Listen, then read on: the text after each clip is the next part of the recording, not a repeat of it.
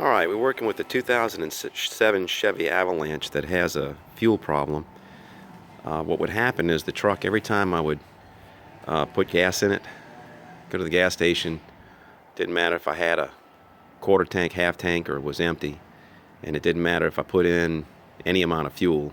I tried it at all kinds of different amounts, but what it would do is you'd turn the key, and after you put fuel in it, you turn the key and the starter would spin the motor off really fast, and it wouldn't catch, and it would like slowly sputter and barely catch, and it might take a couple of times of doing it.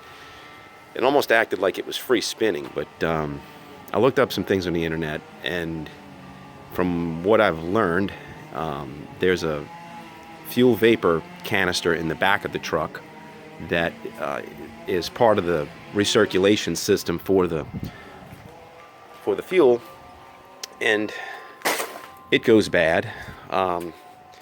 It somehow connects to the fuel inlet where you put fuel in it. The original one, which I've already taken out from underneath the truck, looks like this. And getting it out was not too difficult, except that the hoses, to me, seem to be hardened. But now that I went and got the replacement part actually comes with all of the hoses, and this is an AutoZone part, PV449. So this is for a 2007 Chevy Avalanche. We had a hard time finding the actual part number at AutoZone, and then on the bottom of the solenoid, it actually had a part number here that we cross-referenced to an AC Delco part. And then when we did that, this part number came up, or another part number came up that didn't have this top piece. And then from that, he was able to pull up this PV449, and that's the right one. So it's got a number of different parts. It's got one that goes back to the fuel tank. I haven't yet figured out how to get that in yet. The other parts that I disconnected at the solenoid, which was here and here, those two, which I disconnected. There's only one part of the wiring harness that actually attaches to it. But anyway, I'll show you where this part actually is underneath the truck. So you had to take the spare tire out to get to it, and it is on the frame rail right beneath the rear axle over the spare tire. So you can see the little dongle that the spare tire is supported from, and the vapor canister goes right in this little hole. Of course, you can see where I cut the previous fuel vapor line, and then this is the other line that goes up all the way up to the inlet. So that goes up to where the gas cap is. So it looks like I'm going to have to figure out a way to get this out, which goes back towards the front, towards the fuel tank. Hopefully I can get to that without having to take the fuel tank off, but it looks like it's accessible. So we're going to try that, and hopefully that should fix my problem. And the fella at the parts store said, "Oh yeah, you got tired of that poor gas mileage, didn't you?" So I actually have been getting weaker gas mileage, lesser gas mileage. I'm not quite sure if this is it, but we're going to try it.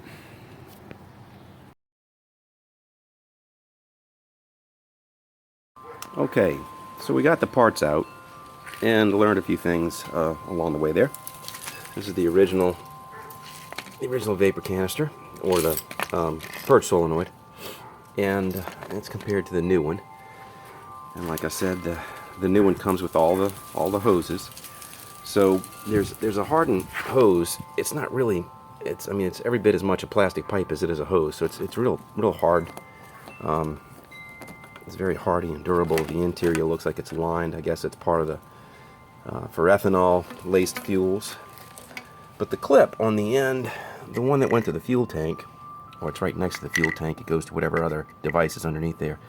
This is what it looked like. In order for me to get it off, I was not able to get to this little C-clip. There's a horseshoe retainer on the new one that comes in, and it kind of like holds itself in place. But then this will just, once you get it over the nozzle, this little piece will snap back in place and then cause this to not release. But in order to get the old one off, as I was prying it, it ended up coming out in 3 or 4 pieces. So I was able to get the horseshoe clip off. Otherwise, it was not coming off of the truck. But when it did come off, it broke into 3 or 4 pieces. But still, managed to get it off, and it's a good thing to give you all of this stuff with the new part. One additional thing is the second hose that's on here actually is a vent to atmosphere. So it's this is where it connected previously to the old Purge Solenoid, and then the hose went up, and it goes all the way up in the truck. This part actually, it just hangs right behind the fuel cap. So this is just a vent to atmosphere. It doesn't connect to anything. The new part does come with a few little double clip tie wraps. So there's in addition to being wrapped around the hose, there's also enough tailpiece here, and they give you a second little connecting piece in order to be able to strap this in place. But all you need to do is just really, this part just straps to the side of your fuel inlet from the gas cap. So now that we got all that straight, I'm going to go ahead and try to get this back underneath the truck. And one thing I'm going to do is this bracket that comes with the part. This metal bracket is actually still attached to the frame. I'm not going to unscrew it. It just unsnapped from here. This little tong, I just pulled it back, and then this whole device just slid off. So that's what I'm going to do to go back with the new one, is I'm going to put the new one back on just like that. And that should be it. One last piece is on the old solenoid. It has a harness adapter, so it's got a one style fitting here, and then it's got another style fitting on the end. They do give you that as a replacement, so it does come with a piece of the harness which is going to attach right there. So this piece will clip in here, this will clip to the wire harness that's attached to the frame rail, and that ought to be it electrically. Mechanically, there's only one connection, which is here. So let's see if I can't get that back in the truck. Okay, so it's all in now, and believe it or not, it was a lot easier to put in than it was to take out. So usually it's the opposite. But the fitting with the C-clip did go in up here, and that hose follows. It goes above this frame rail, comes back to this frame rail that comes across right where the spare tire is, and you can see the wiring harness clips right back in the same spot where it was, and the purge canister is mounted there to its original bracket. So this is the hose going towards the fuel tank. This is the vent hose that goes up. It follows the lines that go to the gas cap, and you can see the sunlight up there. That's because I have the gas cap door open.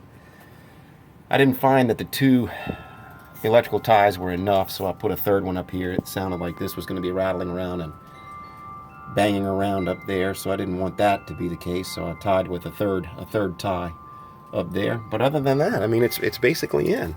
So next thing now is I'm going to check the truck to see if it fires up, see if we can get the check engine light to go off, and hopefully that'll fix my problems.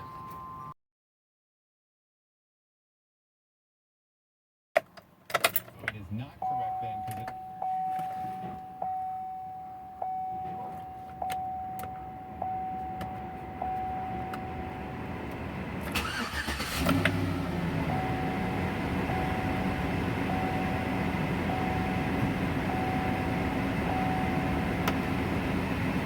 Okay, the check engine light is still on, but it might be because I need to release the code with the computer, so I'll go do that next and see if that'll stop it.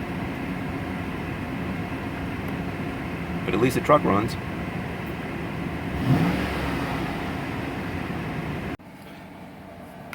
Alright, we got the computer plugged in. So I'm right underneath the dash. Let's see if I can get it without the sunlight, but there's the steering wheel, just underneath. And there's right underneath the dashboard, there's a little plug-in for the computer. So it's coming up with a P0449 error code, and I looked it up on the internet, and sure enough, it's like one of the first hits for a P0449 error code was to replace that vapor canister or the solenoid. So hopefully we'll do that. Right now I'm still displaying the error code, so I'm going to clear it with this tool, and let's see, once it comes up we'll do that. So we're gonna clear the error code and see if we can get that to work.